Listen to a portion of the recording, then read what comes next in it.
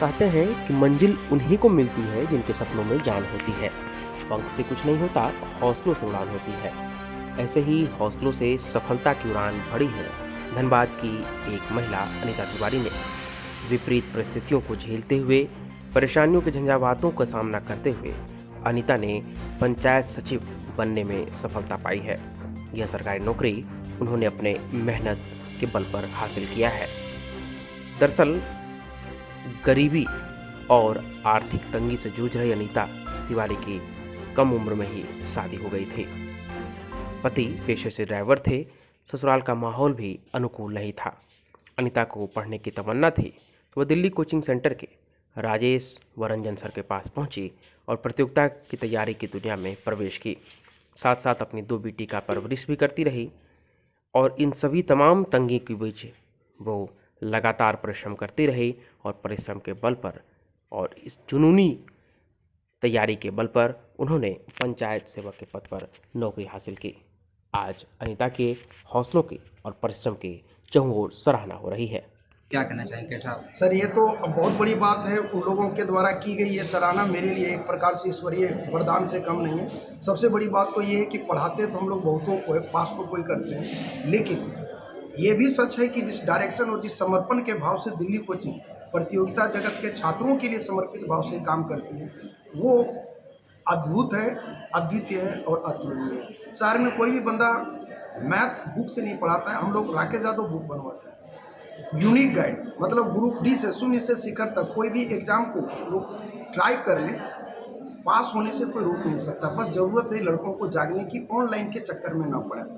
अगर यहाँ पहुँच गया मतलब सफलता की आधी सीढ़ी लांग गया, ये दावे के साथ मैं कह सकता हूँ। क्योंकि जिन लोगों ने आप लोग जिस वर्ग के कैंडिडेट पास किए हैं, वहाँ पर फूल खिलते नहीं हैं सर, वहाँ फूल मुरझाते हैं। और उसको हवा पानी दे करके, सींच करके पौधे के रूप में ये खूबसूरत सफलता का फूल खिलाना, ये वाकई कमाल का चीज़ होता है। खुशी सर यहाँ से है, होठों से ज़्यादा कहीं दिल में मुस्कान है।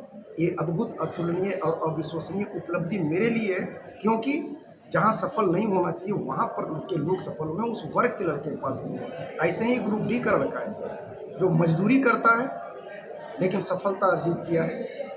वो उसके लिए ग्रुप डी आईएएस से कम नहीं है। हालांकि मेरे ही हाथों पास किया अजय झा, जो ड्राइवर का बेटा है, कमिश्नर है अभी दिल्ली में। मेरे ही हाथों पढ़ाया हुआ डॉक्टर आदित्य, जो कमिश्नर है मुंबई में। उन लोगों ने भी सफलता अर्जित की। लेकिन एक वर्ग विशेष के लड़कों को, जिसमें सफलता की गुंजाइश थोड़ी कम होती है, वो सफलता प्राप्त करता है, तो कहना पड़ेगा सैल्यूट दिल्ली कोचिंग और ये ऑर्गेनाइजेशन। क्या कहना चाहेंगे आप? अभी कई लोग कई ऐसे हैं जो तैयारी कर रहे हैं, उन्हें सफलता नहीं मिलती, वो बड़ा उदास होते हैं।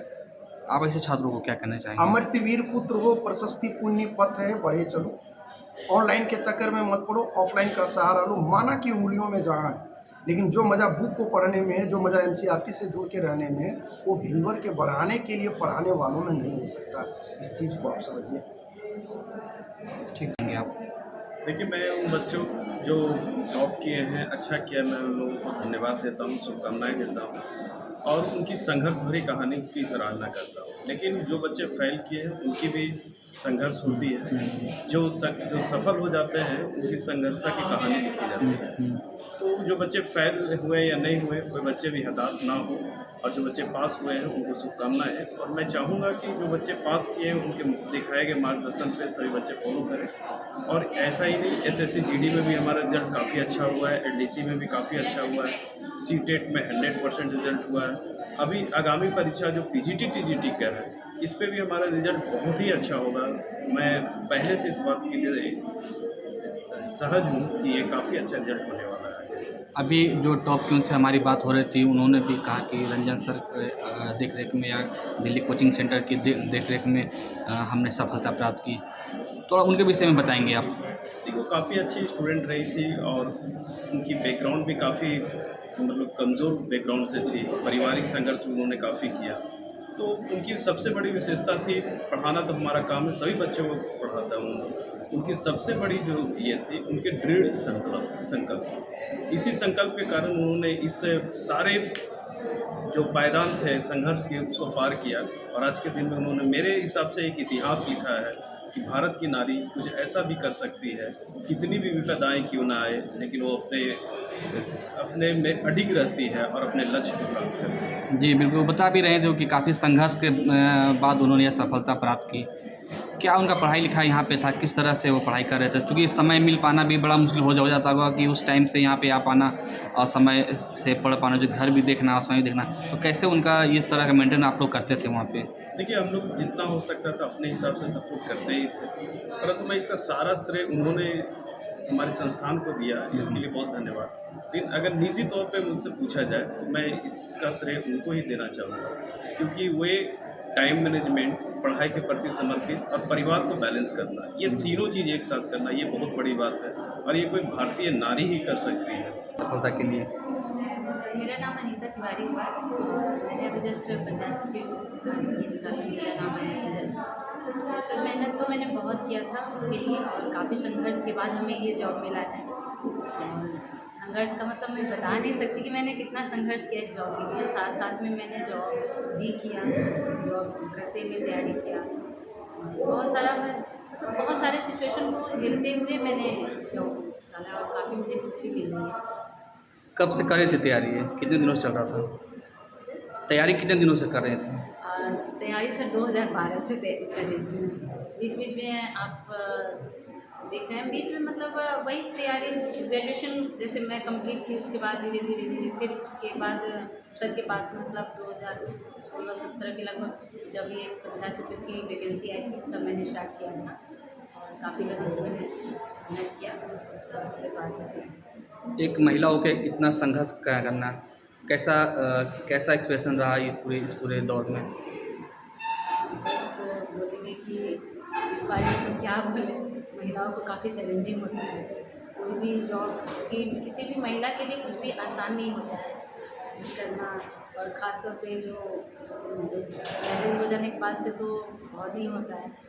तो मैंने संघर्ष किया इस मामले में, मैंने काफ़ी विरोध झेला है, जैसे घर का हो गया, बाहर का हो गया, मोहल्ले का हो गया। जब आप मोहल्ले से निकलते हो शादीशुदा ये बोल के कि हम पढ़ने जा रहे हैं, समाज आपको बिल्कुल एक्सेप्ट नहीं करता है, क्योंकि हमारा जो लेवल है, हम लोग जहाँ रहते हैं, हमारा जो समाज है वो हमको एक्सेप्ट नहीं करता है। हमें मतलब ऐसा देखता है जैसे हम किसी और ग्रह से आए हुए हैं या फिर हम कुछ अलग कर रहे हैं, मतलब या फिर हम दिखावा कर रहे हैं, इस टाइप से लोग सोचते हैं। हमारी मेहनत को कोई नहीं देखता कि हम लोग कितना मेहनत कर रहे हैं, घर संभाल रहे हैं, बच्चे संभाल रहे हैं, उसके बाद भी अपने लिए कुछ कर रहे हैं। थोड़ा सा टाइम हमारे लिए मतलब हमारे पास अपने लिए होता है, उसमें हम अगर कोई अपनी हॉबीज़ करता है, कोई अपना कुछ करता है, कोई अपने शौक़ पूरे करता है। मेरा शौक़ था कि मैं जॉब लूँ, मैं पढ़ाई करूँ, मतलब मेरा शौक़ ही रहा पढ़ाई करना, क्योंकि मुझे वो मिला नहीं। तो वो काफ़ी मैंने विरोध झेला है, मोहल्ले की नज़रों को, मैंने जो उस नज़र को छीन के आपको जाना काफ़ी दूर, मतलब यहाँ जो मैं आती थी बिल्कुल पैदल आती थी, मेरा घर लगभग 3-4 किलोमीटर दूर तो होगा, मैं पैदल रोज़ आती थी सर के पास पढ़ने के लिए। उसके बाद से मतलब संघर्ष की वो कहानी मैं बयान नहीं करती। दिल्ली कोचिंग सेंटर का कितना सपोर्ट रहा? बहुत, मतलब इसी कोचिंग सेंटर में ही बड़े हुए हैं और मतलब इसी कोचिंग सेंटर से हम लोग को पता चला है कि हम पढ़ाई क्या होता है, एग्जामिनेशन क्या होता है, तैयारी क्या होता है। हम सर सब कुछ बताएं और राजेश सर और सर का योगदान रहा कि रंजन सर का, कि हम लोग मतलब इस मुकाम पे पहुँचे। राजेश सर हम लोग मतलब बच्चे जैसा पढ़ाते थे, हंसी मजाक करते हुए पढ़ाते थे और ऐसा फील ही नहीं होता था हम लोग को कि हम लोग पढ़ने आए हैं। सर मतलब मजाक में सारी बातों को समझ भी जाते थे। हालांकि फाइनेंशियली भी सर हमको ये किए कि मुझे मतलब पढ़ने में थोड़ी दिक्कत हो रही थी, तो मैंने बोला कि सर मुझे भी देने में प्रॉब्लम हो रही है। सर बोले कि तुम पढ़ो, तुम इस सब के बारे में बिल्कुल नहीं सोचो। और राजेश और रंजन सर का योगदान रहा क्या पंचायत सचिव बन के खड़े हुए। क्या कहेंगे उन महिलाओं के जो अभी इस तरह की तैयारी वो भी कर रही होंगी, एक मिसाल के तौर पर आपको देखा जा रहा होगा? कहूँगी कि बस दुनिया की बातों को छोड़ के और आप अपने लक्ष्य पर ध्यान दीजिए, आपको सफलता ज़रूर मिलेगी। अगर आप अपने प्रति ईमानदार हैं तो आपको किसी को बताने की ज़रूरत नहीं है, समय खुद बताएगा कि आप क्या करें। ठीक है।